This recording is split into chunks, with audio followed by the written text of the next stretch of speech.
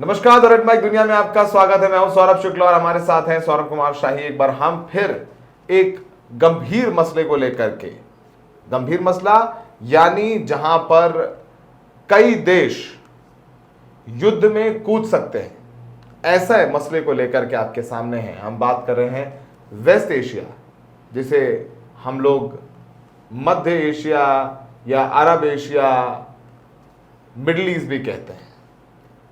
वहां पर ईरान और इजराइल के बीच तनाव और तल्खियां तो आप जानते हैं।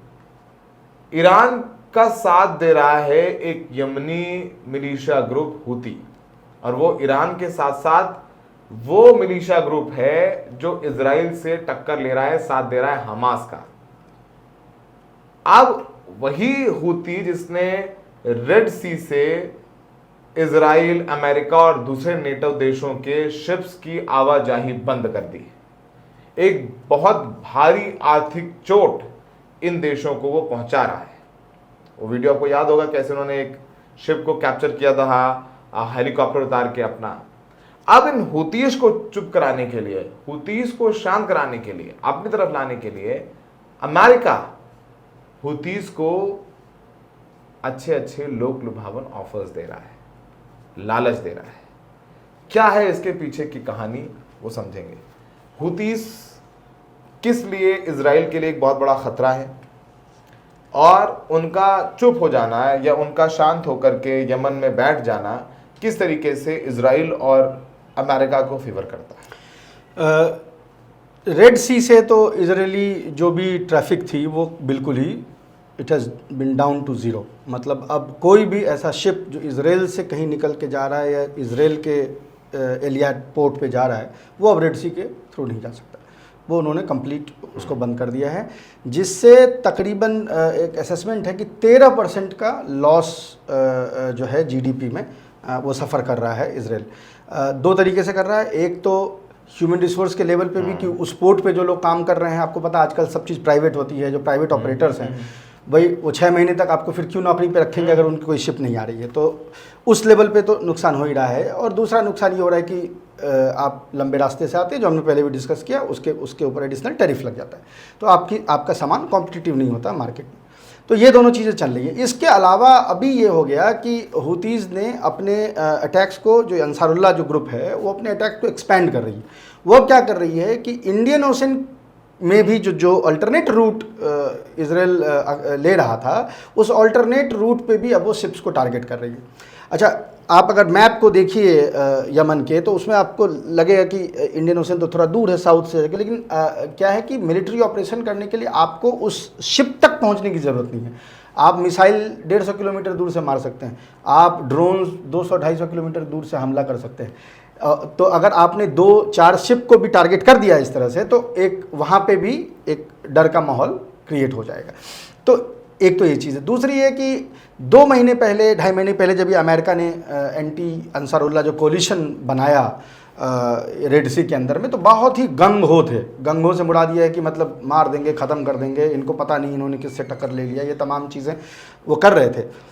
अभी 2 महीने के बाद थोड़ी रियलिटी सिंक इन की है, और हम दर्शकों को यहाँ मैप दिखा रहे हैं, ये चार्ट हम बता रहे हैं कि देखिए, जब से एक्चुअली में अमेरिका ने यहाँ पे अटैक शुरू किया है रोकने के लिए, तब से और उसके पहले दोनों को अगर हम कंपेयर करते हैं, तो जो शिपिंग है 1/3 हो गई है। यानी पहले सिर्फ इजराइल के शिप्स रुके हुए थे, अब अमेरिका और ब्रिटेन और फ्रांस और ये तमाम उनके भी शिप रुके हुए। ये नंबर्स में यहाँ रिफ्लेक्ट हो रहा है कि जो आप ये सबसे लेफ्ट हैंड पे देखिए, ये वॉर स्टार्ट होने से पहले के शिपिंग्स हैं, और सबसे राइट हैंड साइड पे जो आपके हैं, वो अभी जब इन्होंने शुरू किया अटैक अमेरिकन कोलिशन ने, उसके बाद वो मैसिव डिप, यानी टोटल ट्रेड का 30%। यानी वो शिप्स कौन है? वो अब रशियन शिप्स हैं, इंडियन शिप्स हैं, चाइनीज शिप्स हैं, वही हैं जो जा रही हैं। जो कोलिशन की शिप्स हैं उनका जाना आना बंद हो गया। तो इससे जो इकोनॉमी को नुकसान है वो मैसिव नुकसान हो रहा है। खासकर जो बड़े अमेरिकन प्लेयर्स हैं, मस्क जैसे आपको पता होगा बहुत बड़ा प्लेयर है शिपिंग का।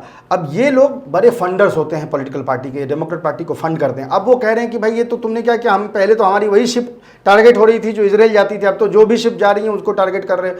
तो कुछ करो कुछ करो कुछ करो। जो प्रेशर एक है, क्योंकि डोनर्स हैं, ये डोनेट करते हैं पैसा, तो इसको लेके ये बिल्डअप वहाँ पे हो रहा है। तो ये प्रेशर जो है वो अमेरिका के ऊपर आ रहा है, जिसके कारण ये ऑफर्स अभी आने शुरू हुए। ये ऑफर शुरू हो गए आने। क्या हूती इस लोक लुभावने वादे पर गिर पड़ेंगे, मान जाएंगे, शांत होकर बैठ जाएंगे, यमन में अपनी सरकार बना लेंगे, या फिर गाज़ा में हमास का साथ देने के लिए वो इजराइल को घेरते रहेंगे सैनिक या रेजिस्टेंस फोर्स की तरह? देखिए, पहले तो इन्होंने जो मिलिट्री माइट दिखाई है, वो मिलिट्री, ये ऑफर्स आए हैं इस मिलिट्री माइट के बदौलत आए हैं। मिलिट्री माइट मतलब अपनी ताकत दिखाई है, सैन्य ताकत। हाँ, कुव्वत दिखाई है। और चूंकि इधर 1.5-2 महीनों से हमने भी कोई वीडियो नहीं किया था हूतीज़ पे, हमारा भी फोकस सिर्फ गज़ा के अंदर रहा है। तो इस दरमियान में हूतीज़ ने 3 मिलिट्री जो शिप्स हैं, जो फ्रिगेट्स होते हैं या जो फाइटर कैरियर्स होते हैं, उसमें फ्रिगेट्स जो खासकर हैं, उनमें 3 कंट्रीज़ के फ्रिगेट्स को इन्होंने टारगेट किया है, जिसमें कि ब्रिटेन का एक फ्रिगेट है, एक फ्रिगेट डेनमार्क का है और एक फ्रांस का है। इनफैक्ट उनके टारगेट करने से इन 3 कंट्रीज़ ने कम से कम एक अपने शिप्स को विड्रॉ किया है, क्योंकि वो दे हैव सस्टेन डैमेजेस। उस पर मिसाइल से और ड्रोन से जो अटैक किए गए हैं, उस मिसाइल और ड्रोन को तो रोक लिया गया, लेकिन उसको रोकने के में ये शिप्स जो हैं ये हिट हो गई हैं, इन पे हमला हो गया और उसके कारण से इनको निकालना पड़ रहा है। इसका इम्पैक्ट ऐसा है कि डेनमार्क के डिफेंस मिनिस्टर को रिज़ाइन करना पड़ा, क्योंकि उनके शिप को टारगेट कर लिया गया। और जिसको कहते हैं कि एक शर्म से वो मीडिया को ये बात नहीं बता पाई कि हमारे शिप को टारगेट कर लिया हूतीज़ ने। तो चूंकि उन्होंने बात अपने गवर्नमेंट से 10 दिन तक छुपाई रखी, तो वहाँ के डिफेंस मिनिस्टर को रिज़ाइन करना पड़ा। फ्रांस का जो one of the most modern frigates है एल्सिस, वो एल्सिस यहाँ पे एक्ट कर रहा था। उसको उसके जो कमांडर है उसने कहा कि हमें तो उम्मीद ही नहीं थी कि इस तरह का हमला हूतीज़ कर देंगे, क्योंकि हमें आदत ही नहीं थी इस तरह के हमला देखने की। देखिए, इसमें एक बात छुपी जो हम बार बार कहते हैं कि अभी तक आप पियर पावर से लड़ते नहीं, तो आपको पता नहीं था कि लड़ाई कैसे होती है। तो ये प्रैक्टिस इनकी 30 साल की छुट्टी मतलब कि अमेरिका लड़ जाए, उसके बाद फिर हम अपने सैनिक भेज दें उनके सपोर्ट में, तो स्ट्रैटेजी के तौर पर हम बता देते कि आपको यहाँ पर रहना है तो आप वहाँ पर लड़ लेते हैं। अब यह कि अब आपको शिप लेके जानी है, आपको मिसाइल को झेलना है। 564 मिसाइल्स अभी तक मारे हैं हूतीज़ ने डिफरेंट मिलिट्री शिप्स और ये जो कार्गो शिप्स हैं उसके तरफ। 564, यानी 564 मिसाइल का मतलब है कि 564 मिसाइल आपको भी मारने पड़े होंगे इनको रोकने के लिए। मैं आपको बता दूं, अमेरिका जिनके पास सबसे बड़ा आर्सेनल है टोमाहॉक मिसाइल का, या उसका जो सी वर्जन वाला है, उसकी टोटल जो ओपन इंटेलिजेंस के थ्रू जो चीज़ें पता चल रही है कि 3,500 उनके स्टॉक में है। 500 आपने खर्च कर दिए रेड सी के अंदर में, और भी दूसरे मिसाइल्स भी यूज हुए हैं, लेकिन अगर सारा आप मिला लें तो 500 आपने खर्च कर दिए। सबसे सस्ती इसमें जो मिसाइल है वो $1 मिलियन की है। हूतीज़ जिस ड्रोन से अटैक करते हैं वो ईरानियन ड्रोन्स हैं, जो अब हूतीज़ यमन के अंदर ही बनाते हैं। तो यानी उसमें उनके किसी में $5,000 का खर्च है, किसी में $4,000 का खर्च है। उसको मारने के लिए $1 मिलियन की सबसे मिनिमम मिसाइल्स है। ऐसे जैसे शिप जिस शिप को टारगेट किया उन्होंने, फ्रेंच अल्सेस फ्रिगेट को टारगेट किया, उनके पास एस्टर मिसाइल्स हैं, जिस एक मिसाइल की कीमत, फायरिंग कीमत $2 मिलियन है। तो इस लेवल पे, यानी अभी तक जो एक बॉल पार्क असेसमेंट है कि सिर्फ रेड सी में हूतीज़ को टैकल करने के लिए नेटो ने $1.4 बिलियन के मिसाइल्स खर्च कर दिए हैं। तो ये प्रेशर उनके ऊपर बन रहा है। इसके कारण ये कैरेट डेंगल किया गया। मैं कैरेट की बात करूँगी, क्या कैरेट डेंगल किया गया, उनके पास क्या उनको वो दिए गए। वाइड स्प्रेड है ये। क्रेडल करके एक न्यूज़ ऑर्गेनाइजेशन है वेस्ट एशिया में, बहुत ही अच्छी, बहुत ही क्रेडिबल न्यूज़ ऑर्गेनाइजेशन है। उन्होंने ये स्टोरी लीक की है, बाद में इसकी तस्दीक दूसरे उसने भी की, और ये कह रहे हैं कि हूतीज़ का जो डिमांड सऊदी अरब के साथ जो उनका 10 साल से जंग चल रही है, उसमें जो डिमांड्स हूतीज़ की सऊदी अरब और अमेरिका और ब्रिटेन जो उनका साथ दे रहा था वॉर में, वो नहीं मान रहे थे। वो सारे वादों को मानने के लिए आज अमेरिका रेडी है। वादे क्या क्या हैं? आपके गवर्नमेंट को इंटरनेशनल लेजिटिमेसी मिलेगी, सना एयरपोर्ट को ओपन करेंगे, हुदैदा पोर्ट जिस पे कि ये नेटो और बाकी जो उनके एलाइज हैं इन्होंने सीज लगा रखा था भूखमरी के कारण, ये गाज़ा में नहीं हो रहा, ये अमेरिका ने भी कर रखा था यमन में, उससे सीज हटाने की बात हो रही है। जो इनके पैसे सऊदी बैंक्स में फंसे हुए जो इन्होंने सीज कर रखी है उसको अनफ्रीज करने की बात हो रही है, जो फ्रोजन अकाउंट है उसको अनफ्रीज होने की बात हो रही है।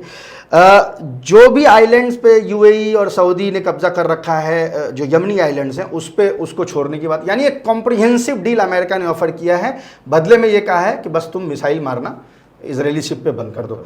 बट जो सोर्सेज हैं वो ये बता रहे हैं कि ये डील रिजेक्ट कर दी है हुतीज ने, क्योंकि उनको पता है कि उनके पास अब इनिशिएटिव उनके हाथ में है। अब सामने वाला गिड़गिड़ा रहा है तो वो कह रहे हैं कि नहीं, जब तक आप वहां रसद नहीं पहुंचेगी आपकी रसद भी रेड सी से बंद रहेगी। तो आपने सुना कितना दिलचस्प होता जा रहा है मिडिल ईस्ट, कैसे रेड सी में अगर युद्ध होता है तगड़ा, ईरान और इजराइल और कूदना पड़ता है अमेरिका को, तो उनको रेड सी में अपने शिप उतारने होंगे, और रेड सी में उनको शिप उतारने हैं और ईरान को टैकल करना है, तो उनको हुतीस को या तो हराना होगा या ख़त्म करना होगा या उनको मना करके अपनी तरफ कर लेना होगा। उसी की कोशिश मनाने की अमेरिका कर रहा है। द रेड माइक दुनिया में इस एपिसोड में इतना ही। हमेशा और जल्द आपके लिए और वैश्विक मुद्दों से जुड़े दिलचस्प वीडियोस और एनालिसिस सौरभ कुमार शाही लाते रहेंगे। बहुत बहुत शुक्रिया।